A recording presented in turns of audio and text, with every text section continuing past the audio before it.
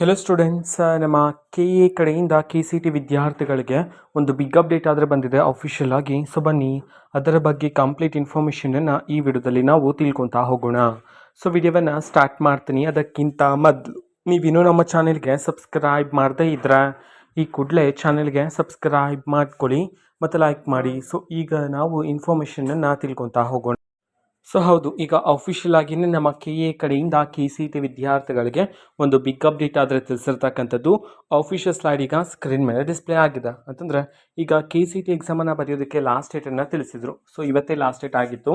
So ಆದರೆ ಈಗ official information ಮುಖಾಂತರ ಲಾಸ್ಟ್ ಡೇಟನ್ನು ಎಕ್ಸ್ಟೆಂಡ್ ಮಾಡಲಾಗಿದೆ.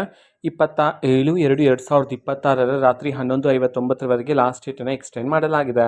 ಜೊತೆಗೆ ಫೀಸನ್ನು ಪೇ ಮಾಡೋದಕ್ಕೆ ಲಾಸ್ಟ್ ಡೇಟ್ ಬಂದುಬಿಟ್ಟು 3/3/2026 ಸಂಜೆ 5:30 ಅವಕಾಶವನ್ನು ನೀಡಲಾಗಿದೆ.